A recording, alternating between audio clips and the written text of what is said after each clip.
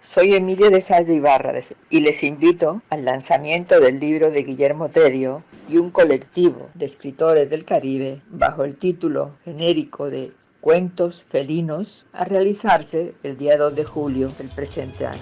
Una cita con el Caribe.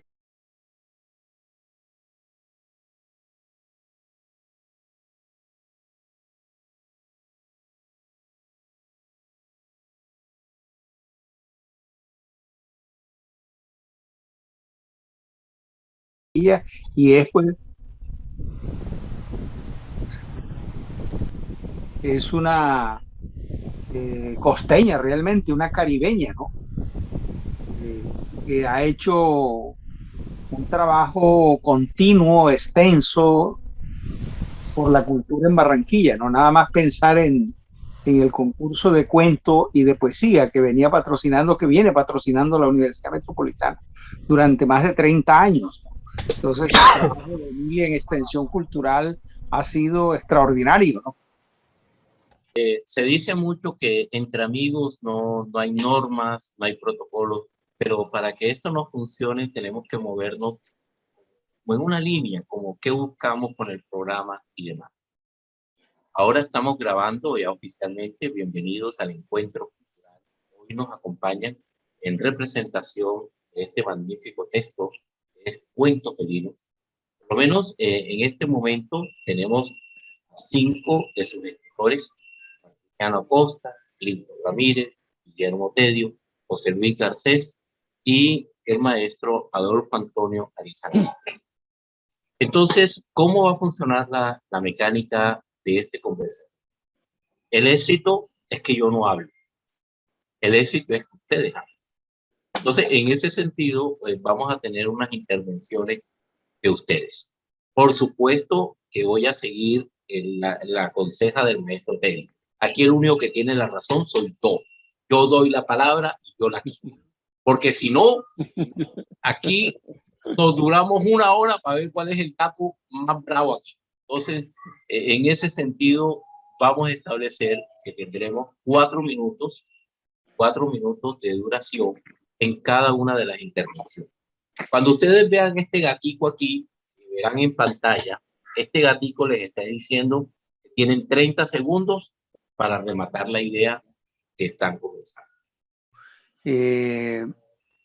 Pues la idea es que el libro va a estar en las librerías, la papelería panamericana y la librería nacional allí, para que tengan acceso a él, ¿no? Y lo puedan leer.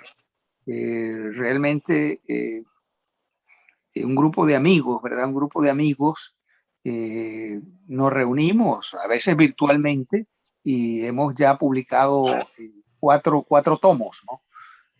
A veces varía, ¿no?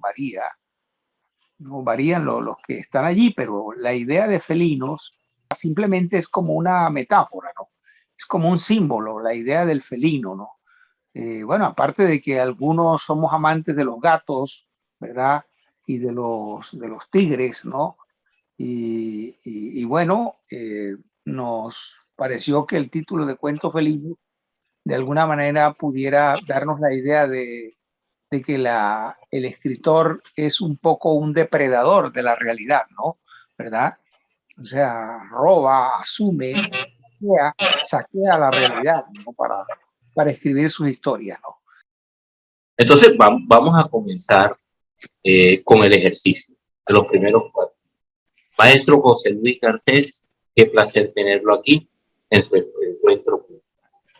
Queremos comenzar con una primera pregunta para usted, dentro de esta línea.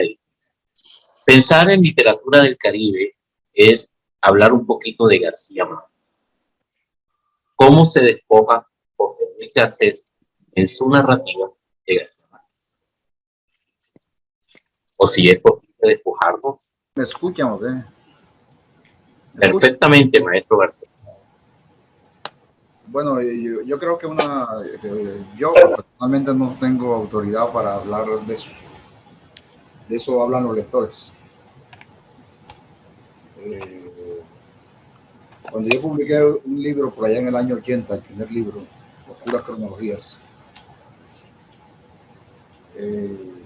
Val Borda y Ramiro de la Espriella, a quienes les llegó el libro,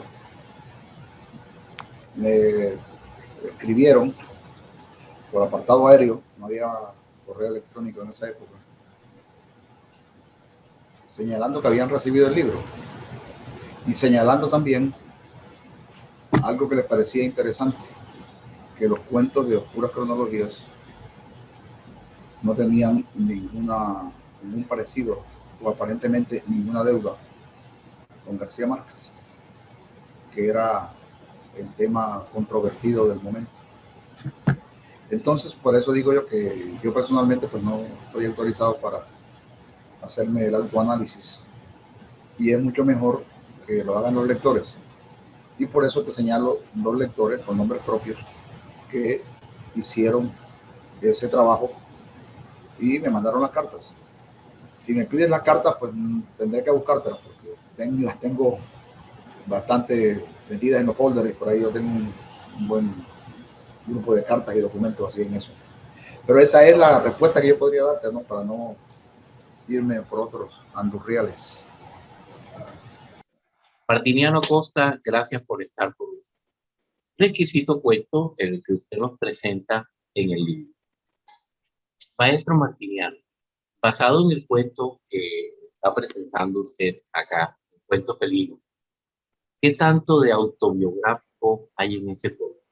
¿Qué tanto podemos indagar entre la autobiografía de Martiniano Acosta y el relato? Bueno,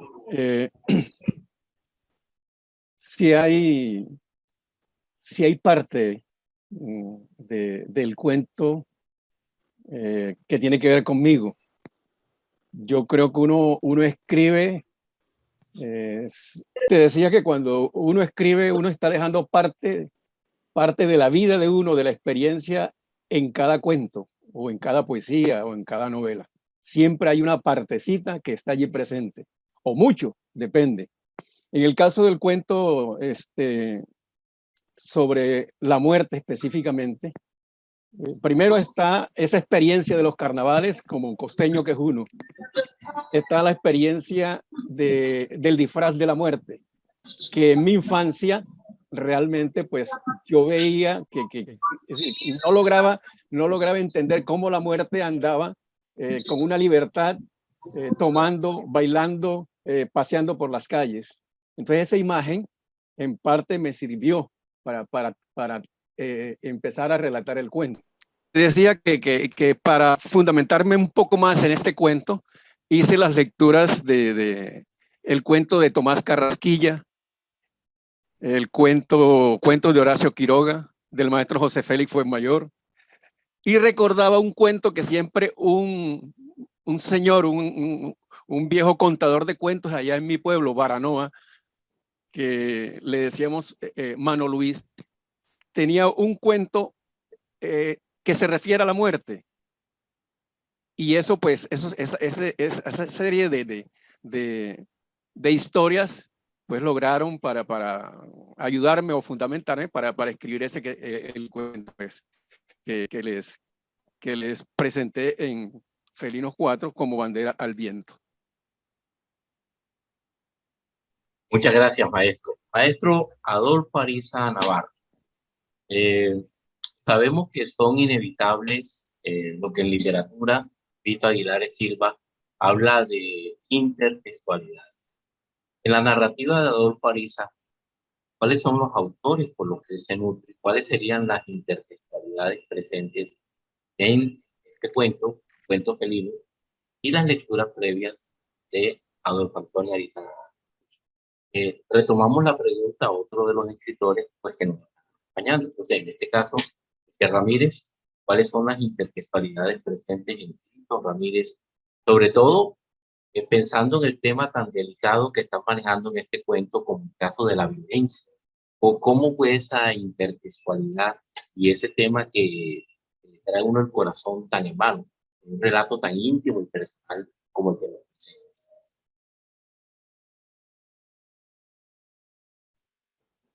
Bueno, yo tengo que decir que es quizás mi cuento más autobiográfico, al punto que ahí aparezco con mi hermano cuando éramos unos niños y ocurrieron los hechos. El hombre, el protagonista, es real. Mi abuelo, que está allí, que era el administrador de la finca Cincinnati en el Urabá antioqueño, es real. Mi mamá, y algunos de los incidentes que sirven para armar el texto, ¿no? Así que diría que básicamente es un texto que le debe casi toda su razón de ser a la vida y no a la lectura o a la literatura. Si bien es posible que ese sea un tema recurrente y sea muy fácil encontrarles antecedentes y nexos. Pero ahora tengo que contestarte que fue un tema que llevé muchos años conmigo, que no me atreví a contar porque nunca supe ni nunca supimos que había sido el tipo. Y ese tipo se nos convirtió en una obsesión a mi hermano y a mí, pero en un gran hermetismo en nuestra casa, al punto que al final de tanto ir y venir, mi hermano y yo llegamos a una conclusión provisional de que es posible que el hombre nosotros lo hayamos inventado y que no importa qué pasó con él, que está bien así como figura en el texto. Guillermo Tedio me decía, este cuento que está en Cuentos Felinos es un cuento del que yo siento. Y hay un cuento con el que yo meto la mano. Digo esto, es precisamente este cuento que estoy produciendo. Se llama La escritura del dragón. ¿Qué hace que Guillermo Tedio se haya expresado, que ama tanto y que considera este cuento como uno de sus mejores? Sí, no, este es un cuento que muy lúdico, ¿no? Un cuento que revela de alguna manera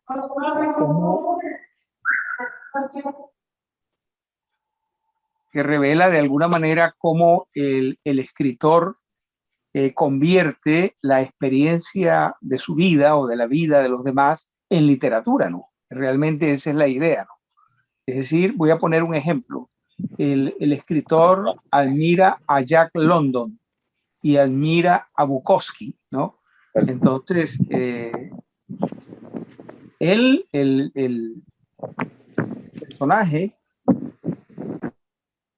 personaje de la primera parte, porque este es un texto que tiene dos partes, ¿no? Donde hay un personaje que es medio poeta, ¿verdad? Y que ha estado en una situación de vagabundeo por la tierra, ¿no? Es decir, ahí se recoge un poco esa idea del vagabundaje de Jack London y de Bukowski, ¿no? Y luego el personaje encuentra dos gatos callejeros, ¿no? Dos gatos callejeros que son nombrados Book y Long, ¿no? No sé si el lector pues se da cuenta que, leyendo con cuidado, se da cuenta que son las sílabas iniciales de Jack London, de London y de Bukowski, ¿no? Los gatos son llamados Lon y Book, ¿no? Pero cuando pasamos a la segunda parte, encontramos un escritor ya bastante anciano, con problemas de próstata, con problemas cardíacos, con problemas ya de incapacidad sexual incluso, ¿verdad? ¿No? Que tiene en un parque, en uno de los parques de la ciudad, tiene dos amigos vagabundos, dos amigos indigentes de la calle, que son digamos, los que le cuentan a él distintas historias de la ciudad, ¿no? O sea, él se nutre de estos dos informantes, vamos a decir, ¿no? Él toma con ellos algunos tragos, se fuman algunos cigarrillos, ¿no? Y este escritor bebe de estas fuentes de estos dos vagabundos. Entonces, estos personajes, los dos gatos, ¿verdad? Los dos escritores, Jack London y Bukowski, y los dos mendigos, de alguna manera son la misma figura, ¿no? La misma figura que es manejada en el cuento, ¿no? Entonces este es un cuento en el que yo me divertí mucho, ¿no? Me divertí mucho. Es un cuento escrito en espejos, ¿no? Donde cómo la realidad, al pasar a la realidad entre comillas, ¿verdad? Porque como dice Borges, ¿verdad? Ya decir tigre ya ya no es el tigre verdadero, ¿no? Porque ya está convertido en palabras, ¿no? De manera que los filósofos han discutido realmente qué es lo que llamamos realidad. Si la realidad nunca es aprehensible, realmente no. Entonces, es un cuento para eso, para jugar con cómo la realidad asumida por el escritor, este anciano, ¿no? Se convierte pues en literatura, ¿verdad? En símbolo escrito, ¿no? Maestro José Luis García, nos encontramos con La Noche de León, un cuento lleno de mucho erotismo y una estructura narrativa interesante. Antes de comenzar el libro, vamos, el primer capítulo, hay una, como bien se lee, hay una predadvertencia. Y luego, en la misma estructura, se nos hace una advertencia. O sea, el cuento viene con preadvertencia y advertencia. Erotismo y estructura narrativa. ¿Qué pasó aquí? En La Noche del Hereje, maestro José. Hombre, La Noche del Hereje es un texto, yo no diría que experimental, porque ya la experiencia, el experimento estuvo consumado, ¿no? No está escrito recientemente, está actualizado también, inclusive con la muerte de George Floyd, el negro norteamericano que mataron hace un año. Es una experiencia que mezcla el arte de la pintura fundamentalmente, mezcla el erotismo, eso es cierto, mezcla unas maneras de pronto muy particulares de narrar, y yo creo que en términos personales, ahí sí puedo hablar ya en términos personales, el resultado a mí me pareció interesante y por eso se lo di a Guillermo. Le mandé el cuento a Guillermo porque creí que el resultado valía la pena que fuese conocido por los lectores de Dinos 4. Entonces, hay un experimento, pero no lo hay. Experimento en el sentido que pues rompo un poco el método del cuento, los cánones que estimulan o que señalan el camino del cuento. Pero para mí fue una narración que salió fluida, que quiso molestarle un poco la paciencia al lector y que quiso decir, hombre, yo voy a narrar una historia de un hombre, de una mujer, y la voy a narrar a mi manera, con preadvertencias y advertencias y con intercapítulos señalando títulos largos, etcétera, ¿no? Todo lo que se hizo ahí, bueno o malo, fue hecho premeditadamente. Podemos hablar de algo tirado al azar, así a ver qué salía. No, todo hecho premeditadamente. Si salió algo interesante, bien. Si no, bueno, es responsable el texto y el autor. Así es. Concluir el primer ciclo, maestro Adolfo, ya está en línea.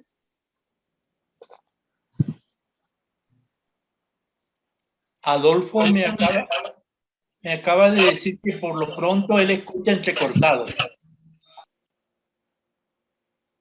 El cuento comienza con un epígrafe de Louis Glück en el que intento señalar que realmente a la muerte no le gusta la alegría. Ese está de plano en el cuento. Odia que el ser humano esté alegre. Y sabemos también que la parca pues acaba con la felicidad del ser humano. ¿Qué somos nosotros, los costeños? No somos personas alegres, carnavaleras, y es el momento, pienso yo, es el momento en que no nos acordamos de esos instantes tan horribles o tan agónicos de la muerte. Es decir, la muerte no existe en esos instantes. Es lo que trato de desarrollar a lo largo del cuento. Ahora, pienso lo siguiente, que el hecho de tenerle temor a la muerte obliga tal vez a una reacción, digamos que como olvidar a la muerte, como humillarla, como evadiéndola, desacralizándola, desmitificándola. Y creo que nosotros como costeños eso es lo que hacemos cada vez que estamos, pues, digamos, en una parranda o en una cuestión festiva. Es decir, olvidarnos de ella. Con ese gran temor que tenemos, reaccionamos de esa manera. De hecho, el cuento mismo termina cuando estoy en la parranda, no me acuerdo de la muerte. Sí, claro, Estamos con los versos esos de vallenatos. muy reafirmativo. Maestro Guillermo Tedio, habíamos dicho que las preguntas difíciles eran para Clinton Ramírez, pero parece que por el tema de Ariza nos toca cambiar un poquito el libreto. Voy a leer de Teoría del Valor. Y a partir de ahí, si hay alguien que quisiera ayudar a complementar la respuesta al maestro Guillermo Tedio, pues sería bienvenido. El maestro Ariza, atento al comentario y atento a lo que queremos lograr para que usted de pronto por clave Morse nos ayude a ser un poquito más ilustrativo. Adolfo Ariza nos presenta un relato muy interesante que tiene por nombre Teoría del Valor. Yo estaba dándome la segunda dosis en el Tomás Arrieta. Estaba nervioso. A mí lo peor que puede haber es que me bulle. Y ahí estaba yo con los nervios casi que de punta. Estaba terminando de leerme el relato del maestro Ariza y me llama la atención en la página 90. A veces uno es cobarde para hacer una cosa, pero puede ser valiente para hacer otra cosa. No existe la gente cobarde. Existe los que ignoran cuál es su tipo de valentía. Me pareció tan interesante, maestro Tedio, en este cuento la teoría del valor está utilizando la misma literatura para redefinir la visión de mundo del hombre costeño, sobre valentía, sobre el macho alfa.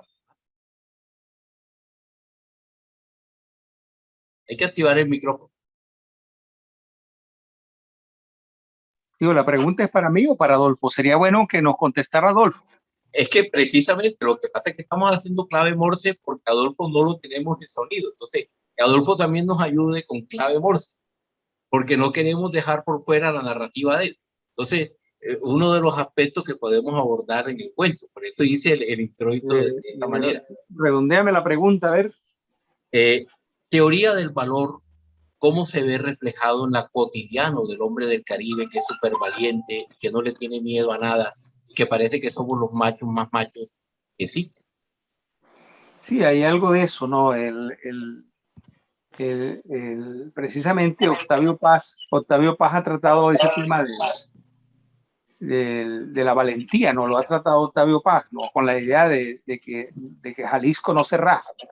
Yo creo que de alguna manera nosotros, no se trata solo de México, sino de todos los países latinoamericanos, ¿no? Por ejemplo, el machismo, la idea del machismo, la idea de que no te rajas, de que tú eres un valiente, ¿no? Entonces, realmente la literatura, de alguna manera, debe bombardear ese tipo de axiomas, ¿verdad? De verdades supremas, ¿no? Falsamente establecidas, ¿no? Porque realmente no es así, ¿no? ¿Sí? De alguna manera somos cobardes, nos rajamos muchas veces, ¿verdad? Ante la realidad, ¿no? Somos aterrorizados, de alguna manera la realidad a veces nos supera, ¿no? Entonces esa idea de la valentía que podría entenderse, creo que es una de las farsas, ¿verdad? Que el machismo latinoamericano ha planteado, ¿no? Realmente somos seres precarios, somos seres débiles, ¿no? Claro, hay que enfrentar con valor, ¿verdad? Los problemas que la vida te va dando, pero de alguna manera también tenemos que aceptar nuestra precariedad.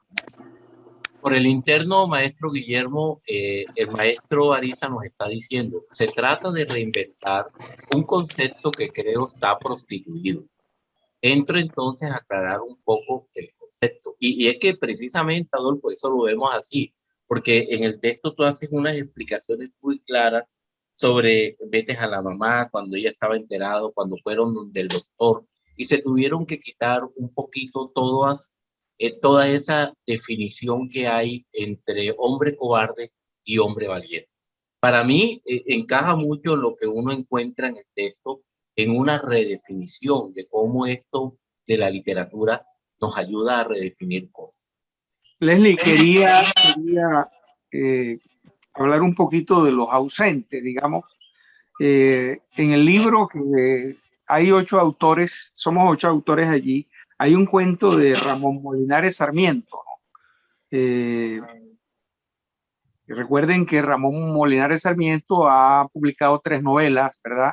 Exiliados en Lille, Un hombre destinado a mentir y El saxofón del cautivo, además de muchos cuentos, ¿no? Que han sido incluso premiados en concursos nacionales, ¿no?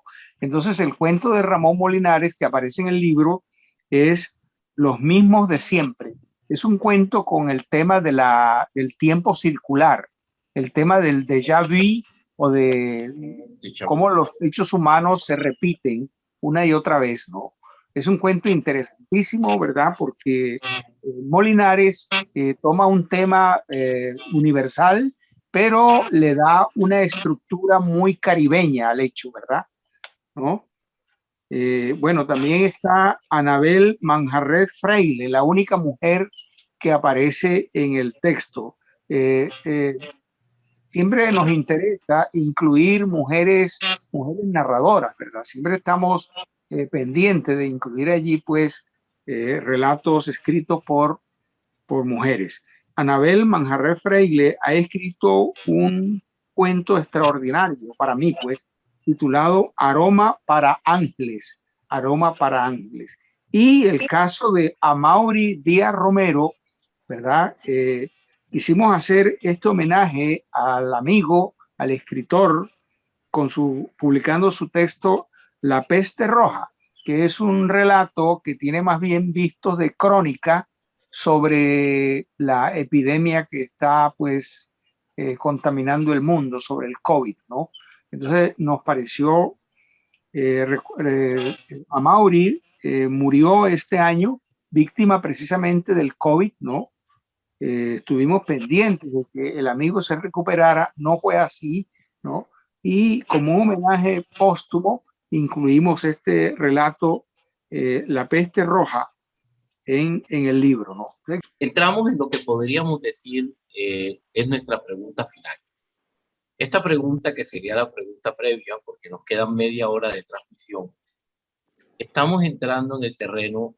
Hay una pregunta que para mí es inevitable formularle a cada escritor, pero es una pregunta muy delicada.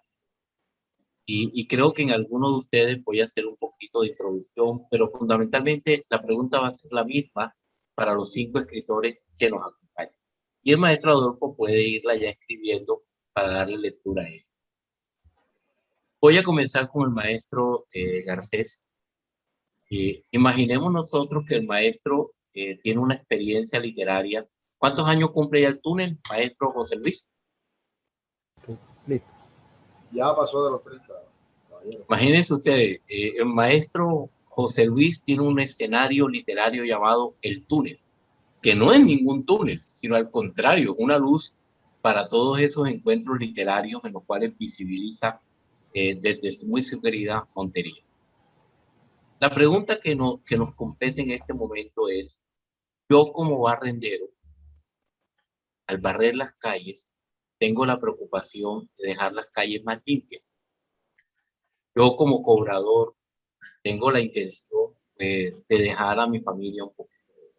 Es decir, que inevitablemente cada oficio, de alguna u otra manera, deja el mundo mejor. O por lo menos intentamos dejarlo mejor. Maestro José Luis Garcés, maestro Ariza, maestro Pinto, Guillermo Tedio, Martiniano. cómo la narrativa de ustedes, especialmente este cuento, deja el mundo un poquito mejor. Todo lo que se le aporte al ser humano en materia de pensamiento, de creación, de crítica, de reflexión, creo que le sirve. En el caso mío, porque no estoy autorizado para hablar por otros, de los compañeros,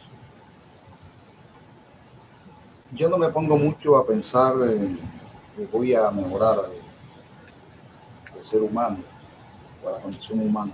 Me parecería no la mejor a nadie. Yo escribo lo que creo que debo escribir, lo cual surge, pienso, de algunas hondonadas muy profundas, de algunas relaciones de mi yo consciente con mi yo inconsciente, con mis lecturas, con la gente que me rodea, con la tierra en donde vivo. Entonces, de esa mezcla, de ese mestizaje cultural y humano, surgen, pienso yo, mis textos. Y no con la previsión o prevención de que los textos van a ayudar al género humano. Aunque es, decirlo, si un texto de uno sirve para mejorar a alguien, para llevar a alguien a la reflexión, al pensamiento, a la creación, pues maravilloso, la tarea está cumplida. Esta tarde estaba leyendo un poema de Ezra Pound que se llama Un Pacto. De pronto ustedes lo conocen, sencillito. Ezra Pound habló en su juventud muy mal de Walt Whitman. Y entonces el poema Un Pacto lo que trata es de hacer las paces con Whitman. Y él empieza diciéndole, ¿no? Perdone, no con la palabra perdón, pero sencillamente de ahí se deriva lo que está diciendo. Que Whitman es la leña, el leñador, el árbol fundamental. Y que Pound, que era menor en edad, lógicamente, es sencillamente el labrador, el que maneja la leña que otro cortó, que otro taló, que otro consiguió. Tiene como 10 versos nomás, pequeño, Un Pacto, ahora se lo lea más tarde si no lo han leído, pero tiene una potencia tremenda. Podríamos decir que esa era la forma, o fue la forma de Pound, Ezra Pound, de pedirle perdón a un maestro y a un hombre de la categoría humana de Walt Whitman, y utilizó 10 o 12 versos. Ese aporte, me parece, podría encajar en el espíritu de tu pregunta, en el sentido de que para zanjar animadversiones, malos entendidos, o rabia sin sentido, o rabia de esas juveniles, ímpetus juveniles, 10 o 12 versos señalando que el árbol es el grande, de donde él bebió, que él es un simple labrador, él es un simple leñador, pero él no es árbol, el árbol era otro, aquel a quien él le tenía rabia. Ahí hay un ejemplo, por ejemplo, valga la redundancia. Clinton Ramírez y su hablante lírico, ¿cómo dejan el mundo mejor en cada uno de sus textos? Pues sería maravilloso que un texto de uno ayude a mejorarle la vida, por lo menos a un lector, a una persona, a un conglomerado. Yo me conformo con que me lean y traten de compartir lo que yo viví en los momentos previos, que a veces son muy largos, de la creación literaria. Adolfo, para enganchar con el tema de Adolfo de la valentía. En su texto nos propone la redefinición ciertamente de un concepto, ¿no? Del cual tenemos muy pocas imágenes. Y él habla de otro tipo de valentía. Pues bueno, está la valentía de escribir, la valentía de escribir bien, de darle forma a nuestros temores, a nuestros extravíos. Y si en ese proceso de comunicación uno logra que haya lectores que por lo menos le dediquen unos minutos a pensar, a sentir y a reflexionar sobre lo que uno trasladó en el papel, uno se debe dar por satisfecho. Si eso se llama perfección, así sea una perfección instantánea, breve, bueno, creo que debe ser la mayor aspiración y la mayor retribución a la que un artista o un escritor puede aspirar. Yo tengo. Bueno, bien visto. Se llama un pacto. Yo hago un pacto contigo, Walt Whitman.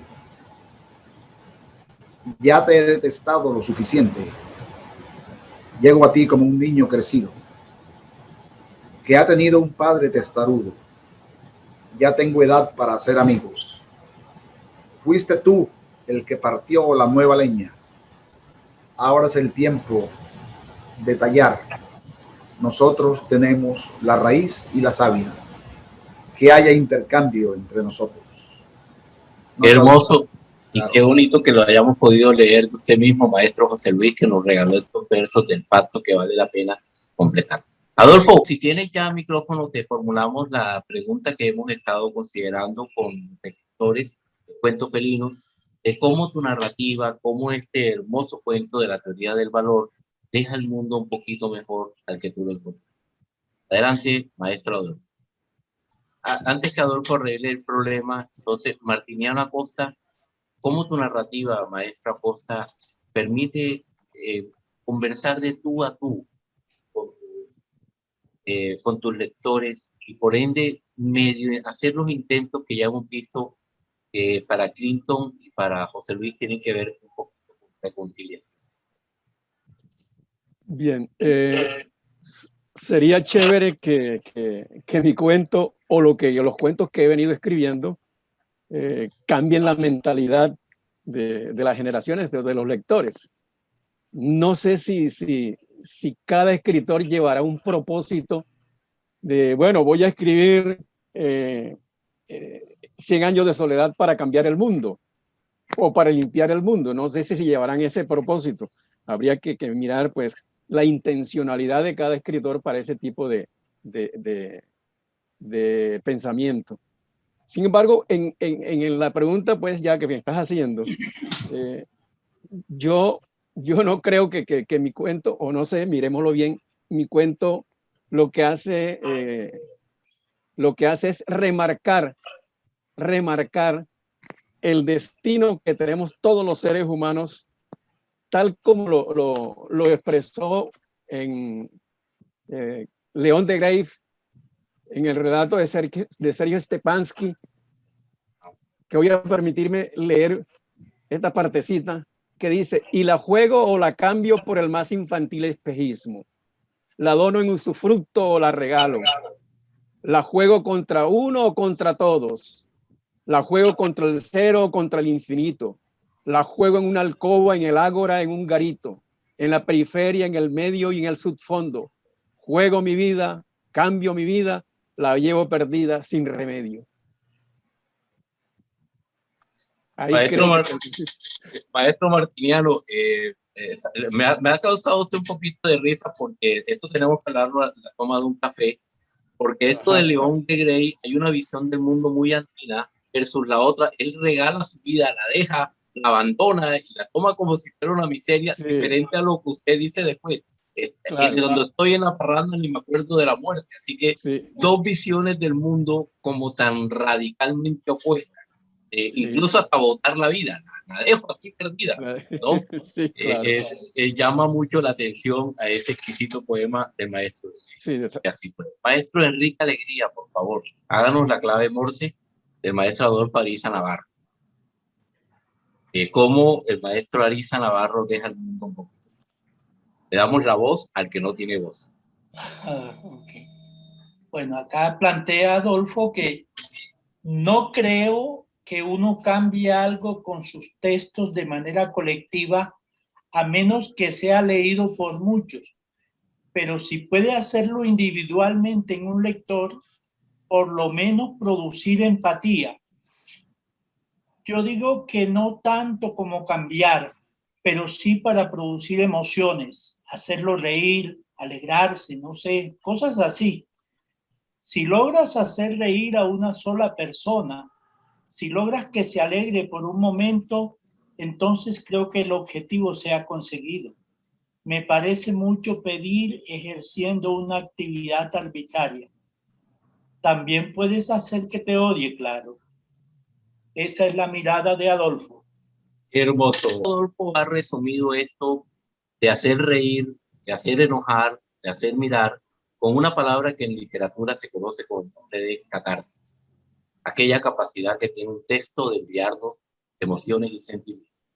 La última pregunta que vamos a formular, libro en mano, comenzando con Víctor Ramírez, léenos un poquito de tu cuento que tú consideres que es el momento de mayor catarsis en esto. Luego el maestro Luis hará lo propio, seguidamente con el maestro Martiniano, finalmente Guillermo Tello, ese elemento que ustedes consideren que es la catarsis suprema en el relato. Entonces, adelante, Clinton. Esa sí es una elección difícil, ¿no? Pero bueno, la soluciono eligiendo al azar.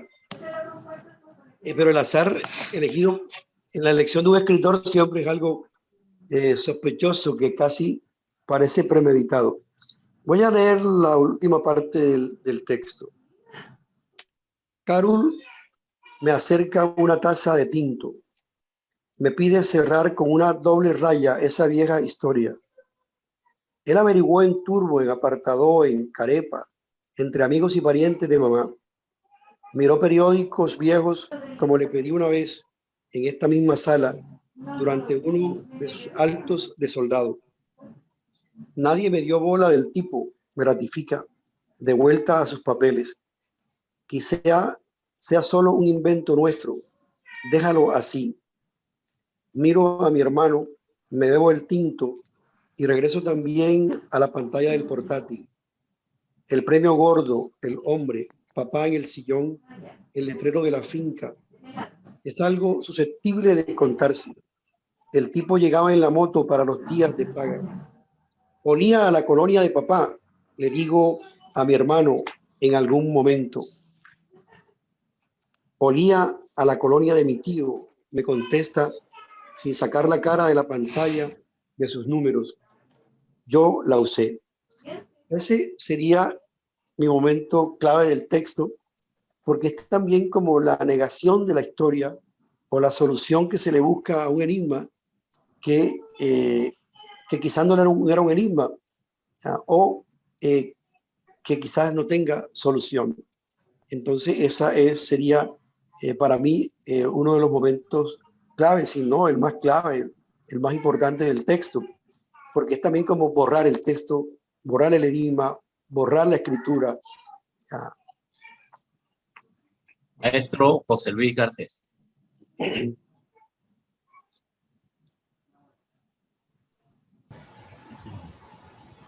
Modelo, sí, contigo. Tu gatico tiene memoria. ¿No sabes? Los cuerpos se agotan, después se pudren. Muchos se profanan en cada entrega. Llegan a la ternura por la lágrima y de la lágrima van al placer, sin importar cuánto peso puede tener el pretérito. No se estacionan los recuerdos en la soledad de los caminos. No se siembran como árboles. Modelo, cuida tu gatico, cuida tu menino, tu miau, que no le penetre una serpiente hacia la concavidad de las vísceras. Peligroso sería su veneno sobre la humedad oscura de esa tierra vagabunda. Hasta allí. El fragmento... Hacemos un llamado de prevención para el maestro Ariza, que nos señale, como tenemos el texto a la mano, la página donde inicia una palabra y concluye con otra, para que alguien amablemente pues nos lea para incluir también en esta redefinición del mundo. Usted nos puede decir por el chat qué desea que le leamos dentro de su maravilloso cuento. Maestra Acosta, por favor. El fragmento que seleccioné para esta lectura tiene que ver con... me gustó y me reí bastante cuando lo estaba escribiendo, porque aquí es donde yo desmitifico a la muerte, me burlo de ella en lo que voy contando o voy narrando en cada uno de las situaciones. Entonces empiezo. En silencio, después de muchas cervezas ingeridas, la muerte cavilaba en la misma idea. Intentaba entender el porqué de tanto gozo, tanta alegría desbordante, si en el entorno de todos había un pozo repleto de indignación, de miseria y de frustración. La muerte recompuso su camisa negra, ajustó su pantalón, miró la rústica vara larga y blanca cuyo gancho terminaba en una punta ansiosa y entre inquieta y nerviosa metió sus manos en los bolsillos. Esa noche bebió más de la cuenta, participó en un karaoke y obligada por las mujeres cantó y bailó retorciendo su esqueleto hasta llegar al suelo para luego brincar y señalar a alguno de ellos con el hueso largo de su dedo índice a manera de amenaza. La gente a su alrededor estaba contenta con el espectáculo. Tarde la noche, la muerte recogió su largo gancho de color blanco y antes de despedirse les recordó que regresaría mañana domingo de carnaval. Algunos prestaron atención, otros hicieron los desentendidos y la muerte, en su afán de desaparecer, trastabilló tropezando con el banquito y al avanzar todos notaron el arrastre de sus huesudas piernas. A pesar del mareo, ella dobló la esquina bajo la luminaria del poste, perseguida por una jauría que le ladraba y por un coro de voces borrachas que le gritaba: aquí estaremos mañana domingo, divirtiéndonos como siempre. No tendrá necesidad de buscarnos. Excelente, maestro. De acuerdo. Y es una muerte hasta sospechosa, ¿no? Pide cerveza y la primera vez todo el mundo pues espera pues que ella regrese. Sí. Maestro Guillermo Tello. Como les decía, en la escritura del dragón hay un personaje hay un escritor ya viejo, ¿no? Entonces voy a leer un parrafito aquí que habla de esa decrepitud, ¿no? Dice: el demiurgo es una manera de burlona del narrador de llamar al escritor, ¿no? El demiurgo se levanta de su silla desvencijada y va al baño. Orina con dificultad por los estragos de la inflamación prostática, cuyo tratamiento con el urólogo sigue pospuesto ad infinitum y sin remordimientos.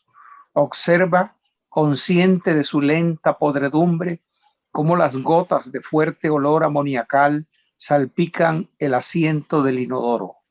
Piensa en su mujer, disparándole en tercera persona la injusta cantaleta de que el niño Arturito aún no ha aprendido a hacer pipí y va dejando un reguero de meados por toda la casa. Ella podría tener un poco de consideración con su estropeada fisiología. Ni siquiera ha valido que le entregara todo el dinero del premio nacional concedido a su vida y obra para que se lo gastara en ropa fina y caprichos, mientras él se quedaba con los discursos lambiscones y los aburridos homenajes. Ahí tiene, chupe, por casarse en segundas nupcias con una mujer mucho menor que él, buscando revivir los repiques de un badajo ya jubilado. Habrá que pensar en hacerles caso a los idiotas del psicoanálisis cuando recomiendan llevar una vida de abstinencia sexual y volcar toda esa pasión libidinosa en la creación. Y de remate están sus insomnios crónicos, las vueltas y revueltas en la cama que ponen de mal genio a su consorte. En el baño, antes de darle a la perezosa criatura los 3 golpes que tiran los restos de urea dolorosamente destilada, piensa que el arte de escribir es la micción de un hombre diagnosticado de hipertrofia prostática que debe presionar la víscera de la imaginación para obligarla a dar su fruto. El chorro intermitente de un relato que seduzca a los bienaventurados con hambre y sed de ficción.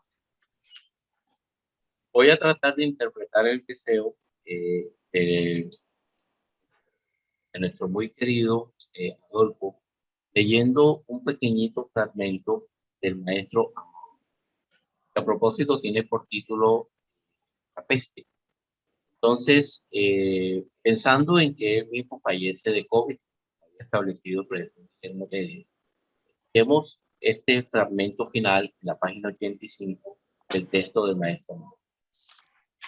Y acá, luego de una mortandad de contagiados, de la vida social alterada y la salud colapsada, las autoridades dicen que la curva infecciosa se aplana, y eso es un mentira. Con el paso del tiempo, la peste roja poco a poco se va acamporando y la vida vuelve a sonreír.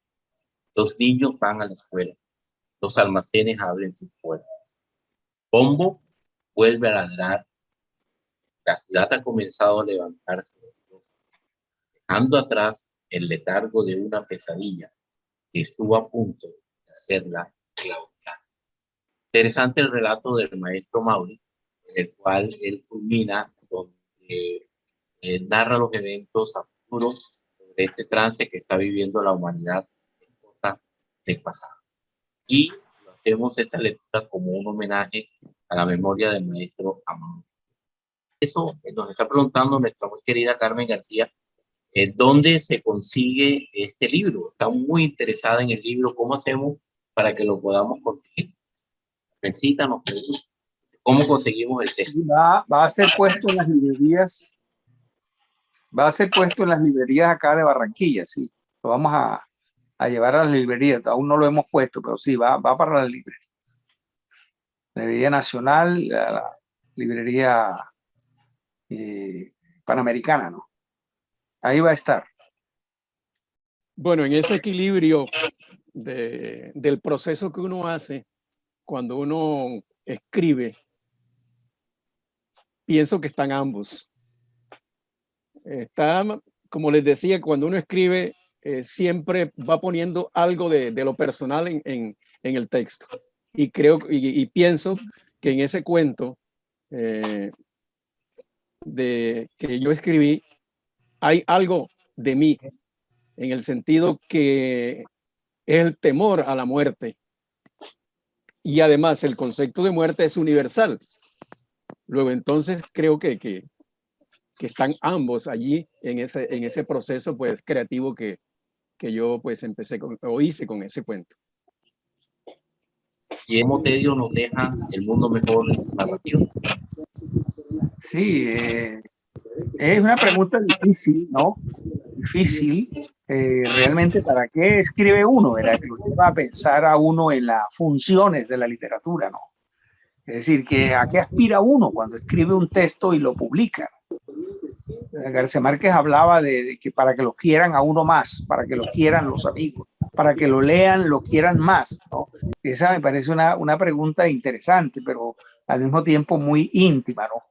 Pero sí, definitivamente uno aspira a que, yo por ejemplo pienso que mostrarle al lector en este cuento concreto la relación que puede haber entre realidad y ficción, ¿verdad? La importancia de la imaginación en la creación literaria, el manejo del lenguaje. El manejo del lenguaje creo que es importante, ¿verdad?